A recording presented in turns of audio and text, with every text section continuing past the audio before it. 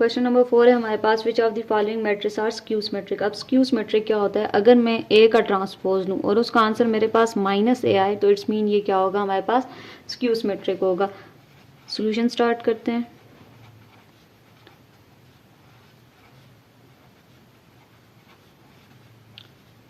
Both side पे हमने transpose apply करना है।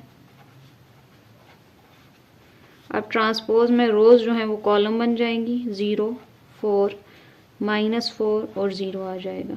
अब हमने क्या करना है, यहाँ पे ट्रांसपोज लिया, अब हमने -a लाना है तो इट्स मीन हम यहाँ पे क्या करेंगे, माइनस इसमें से कॉमन ले लेंगे, 0 जिसके साथ माइनस है उसके साथ से हटा लें और जिसके साथ नहीं है वहाँ पे माइनस पुट कर लें। ठीक है, 0 के साथ साइन लगाने का कोई फ़ायदा नहीं है। ये आ गया ए ट्रांसपोज। अगर मैं कंपेयर करूं कि ये मेरे पास पूरा मैट्रिक्स दोबारा से ए आ रहा है या नहीं आ रहा, 0, 4, -4 और 0 यही आ रहा है, तो मैं यहाँ पे लिख लूंगी कि A transpose equal to minus है, तो ये हमारे पास आ जाएगा skew symmetric. Second part start करते हैं। B equal to 0, 5, -5, 0। Solution b equal to 0, 5, -5, 0। अब इसी तरह हमने ट्रांसपोज अप्लाई करना है बोथ साइड पे।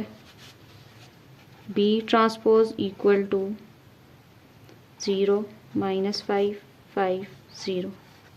अब ट्रांसपोज में हमारे पास रोज जो हैं कॉलम बन जाएगी, 0, -5, 5 और 0 यहाँ पे आ जाएगा। अब अगर मैं कंपेयर करूँ कि मेरे पास b ट्रांसपोज अगर यहाँ से माइनस कॉमन ले लें, 0 माइनस इसके साथ आ जाएगा, यहाँ पे माइनस था प्लस बन जाएगा, प्लस लिखें या ना लिखें फ़र्क नहीं पड़ता। अब अगर कंपेयर करें कि हमारे पास आंसर बी ट्रांसपोज ये पूरा मैट्रिक्स जो है बी आ रहा है या नहीं आ रहा, तो 0, -5, 5 और 0 दोबारा से ये आ रहा है, तो मैं लिख लूँगी कि B transpose equal to -b, तो ये हमारे पास आ जाएगा स्क्यू सिमेट्रिक।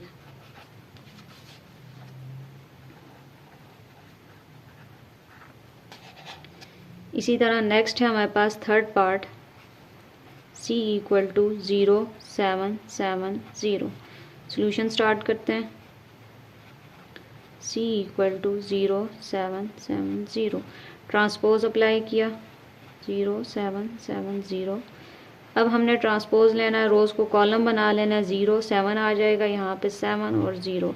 अब माइनस इसमें से कॉमन लें, c transpose equal to minus common लिया तो 0 आ जाएगा, इसके साथ माइनस नहीं है, माइनस लग जाएगा, इसके साथ भी नहीं है, माइनस और 0।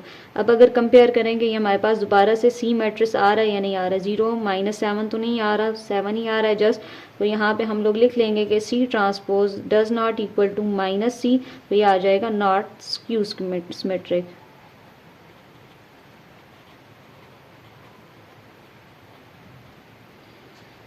नेक्स्ट पार्ट है हमारे पास फोर्थ पार्ट,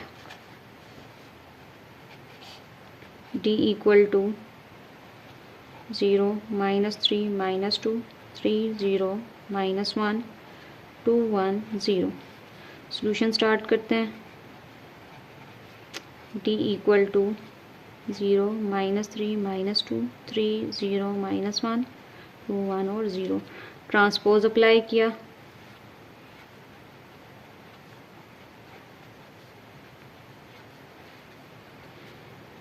अब ट्रांसपोज में ये पूरी रो जो है कॉलम बन जाएगी, 0, 3, 2। ये वाली पूरी रो कॉलम, -3, 0, 1। ये पूरी रो हमारे पास कॉलम बन जाएगी। अब यहाँ पे हमने माइनस कॉमन लेना है, D transpose equal to minus common लिया। अब जिसके साथ माइनस था वहाँ से माइनस हट जाएगा और जिसके साथ नहीं है वहाँ पे हम लोग माइनस राइट कर लेंगे। अब अगर कंपेयर करें कि हमारे पास ये वाला पूरा मैट्रिक्स हमारे पास d के इक्वल आ रहा है या नहीं आ रहा है, 0, 3, 2, -3, 0, 1, -2, -1, तो इक्वल आ रहा है, तो हम लिख लेंगे कि d transpose equal to -d और ये हमारे पास आ जाएगा स्क्यू सिमेट्रिक।